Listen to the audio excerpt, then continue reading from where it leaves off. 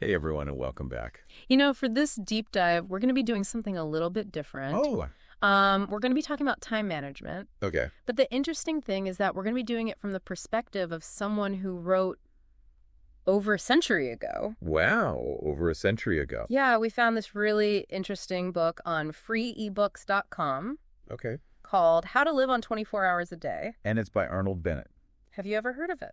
I haven't. I'm not familiar with that one. Well, it's super interesting because even though it was written in 1908, What? it's still incredibly relevant today.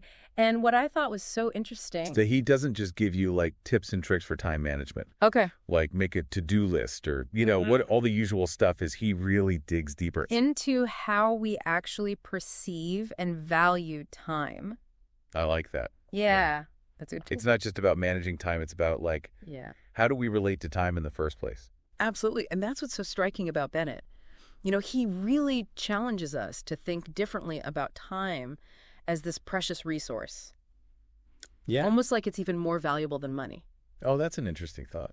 Because I think a lot of times, especially in our culture today, money is seen as like the ultimate measure of success. Oh, yeah, for sure. But maybe time is even more fundamental. Oh, absolutely. Because think about it.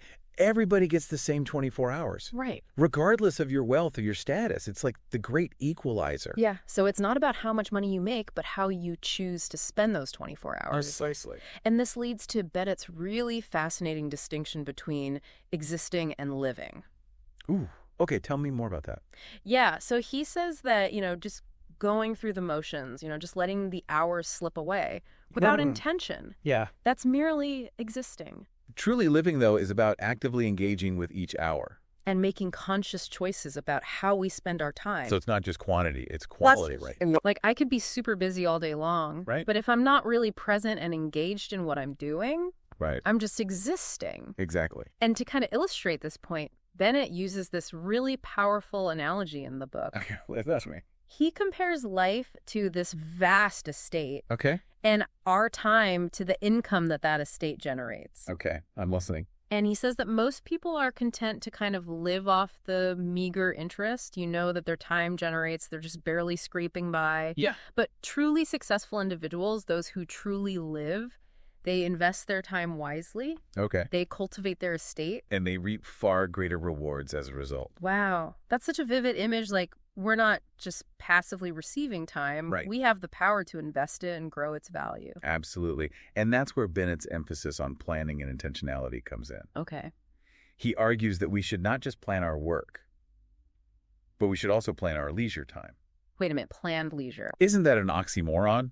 Yeah. I mean, isn't the whole point of leisure to just be spontaneous and carefree and just do whatever you feel like? That's a really common misconception. And in his time, Bennett was actually quite radical for advocating this idea. He believed that by scheduling dedicated time for those activities that we genuinely enjoy, just like we schedule work meetings or doctor's appointments, Yeah. we actually ensure that those activities happen. And that we fully engage with them. Yeah, because otherwise it's so easy to just let leisure time kind of slip away Oh, absolutely. or to just default to passive activities like just scrolling through social media or something. Exactly. So he's saying that even our downtime should have a purpose. Conscious intention behind it. Yeah. This is really making me rethink my approach to free time. So tell me more about this so-called planned leisure. Well, one of his most famous recommendations is this idea of the nightly 90 minutes. Okay, now you've got me intrigued. What are these magical 90 minutes all about? Well, he suggests that you set aside an hour and a half each evening. For focused self-improvement. Wait a minute. So we're talking about like work after work? Evenings are supposed to be for relaxing? Mm-hmm. What exactly did he have in mind? Well, not work in like the traditional sense. It's more like an investment in yourself. Okay. It's dedicated time for activities that enrich your mind or your spirit. Like reading or learning a new language or practicing an instrument. Or writing anything that truly nourishes you. So it's not about adding more tasks to our to-do list. But about carving out space for personal growth. Precisely. Okay. And Bennett argued that, by scheduling this time, just like any other important appointment in your day, Yeah. we're actually making a conscious commitment to our own development. We wouldn't just skip a doctor's appointment just because we were tired, right? Right. Same principle applies here. I'm starting to see the value in this. But I gotta admit, finding 90 minutes every single night feels like a tall order. Like, life is already so busy. So how did Bennett suggest people actually make this happen? Yeah, he acknowledged that it does require a shift in mindset. It's about recognizing that time is finite. We can't do everything, and we need to be intentional about how we spend it. And that sometimes means saying no to things that are less important. So it's about prioritizing. Choosing to invest in ourselves instead of, mindlessly scrolling through social media or watching another episode of that show we've already seen a dozen times. Exactly. Bennett wasn't anti-fun. He loved theater and art, and he believed that leisure was essential for a well-lived life. But he stressed that we should be deliberate about how we spend that free time. Choosing those activities that truly rejuvenate us and contribute to our growth. This is really resonating with me. I'm definitely guilty of letting evenings slip away in a blur of kind of mindless activities. I think I might try this nightly 90 minutes experiment. I encourage you to. And to make the most of that time, Bennett offered some really interesting strategies for staying focused. He was writing long before smartphones and the internet, of course. Oh, yeah. But his advice on concentration is even more relevant today. That's so true. We're constantly bombarded with distractions these days. It feels like our attention is being pulled in a million directions at once. And Bennett argued that the key to effective concentration is focusing on one task at a time and avoiding multitasking. Okay. He even suggested creating a dedicated space, like a temple of the mind, he called it. Oh, I like that. Where you can work without distraction. Creating a sacred space for focused work. Exactly. And of course, this applies not just to, traditional work, but also to those nightly 90 minutes of self-improvement. Whether you're reading or learning a new skill or working on a creative project. Dedicate yourself fully to that activity. Okay. Put your phone away, turn off notifications, and really immerse yourself in the present moment. It's about being present, not just physically, but mentally as well. Absolutely. And that brings us to it. Another interesting suggestion from Bennett, the importance of morning reflection. He believed that starting the day with intention was crucial for making the most of those 24 hours. So in addition to the nightly 90 minutes, we're adding a morning routine. What exactly did he have in mind? Well, it doesn't need to be a long or complicated routine. Even just a few minutes each morning can make a difference. Okay. He suggested taking some time to kind of review the day ahead. Anticipate potential challenges. And mentally prepare for those tasks that you want to accomplish. It's like setting an intention for the day, consciously choosing how we want to approach it, instead of just reacting to whatever comes our way. Precisely. And by taking, just a few moments to plan and prioritize. We're less likely to get kind of swept away by that urgency of the day's demands. Or to fall into that trap of procrastination. So it's like a preemptive strike against distraction and overwhelm. I love it. Okay, so we've got the nightly 90 minutes and morning reflection. Any other nuggets of wisdom from Bennett that we should know about? Well, he emphasized that it's not about drastically overhauling our lives overnight. He understood that change can be challenging. And he encouraged people to make small incremental adjustments. That over time would lead to those significant improvements. So reassuring. It's not about aiming for perfection, but about making progress. Exactly. Starting small and building momentum. Exactly. And this applies to all those aspects of time management that we've been discussing, from planning our leisure time to cultivating focus to creating those nightly 90 minutes. Pick one small change that resonates with you and commit to implementing it this week. Maybe it's turning off notifications for an hour each evening. Or dedicating 15 minutes to a hobby that you've been neglecting. The key is to start somewhere. The key is to start somewhere. This has been such an insightful deep dive into how to live on 24 hours a day. It's incredible how relevant his ideas are, even though they were written over a century ago. It's a testament to those enduring power of these timeless principles. The tools and technology might change, but those fundamental challenges of time management remain the same. Before we move on, I just want to say that I'm already feeling inspired to make some changes in my own life. I think Bennett's ideas have given me a whole new perspective on how to approach my time and make the most of those 24 hours. It's funny, we started this deep dive talking about freebooks.com. But I think Bennett himself would have appreciated the irony here. Oh, yeah. How so? Well, here we are in the digital age. Right. With this incredible library at our fingertips.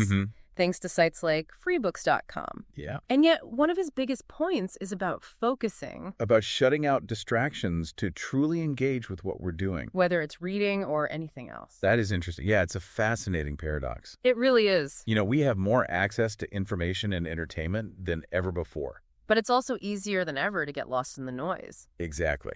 So how do we reconcile this abundance of options? With Bennett's call for focused attention It almost feels like we need to be even more disciplined today. than they did back then. Well, I think Bennett would argue that the principles remain the same, even if the distractions have changed. He stressed the importance of consciously choosing how we spend our time, Right. not letting it be dictated by, external forces, This is about taking control. being the driver of our own lives, instead of just passively reacting to whatever pops up on our screens. Exactly. And this ties back to his emphasis on planned leisure. Yeah. In a world of constant stimulation, it's so easy to just fall into that trap. Just scrolling and clicking and letting our time slip away. Without any real intention behind it, But Bennett's suggesting we should be as intentional about our relaxation. as we are about our work. Precisely. And that's where those e-readers you mentioned earlier can actually be quite helpful. Oh, okay. How so? Well, imagine, setting aside 30 minutes each evening to curl up with a good book on your Kindle or your Nook. It's a way to create a deliberate boundary between the digital world and a space for focused relaxation. It's like creating a little ritual for ourselves. A time to unplug and recharge. I love that. And it doesn't have to be just reading, right? Right. It could be listening to music or spending time in nature. Working on a creative project, anything that truly nourishes you Yeah. and helps you disconnect from that digital noise. So to bring it all back to Bennett's core message, We all have the same 24 hours, we do.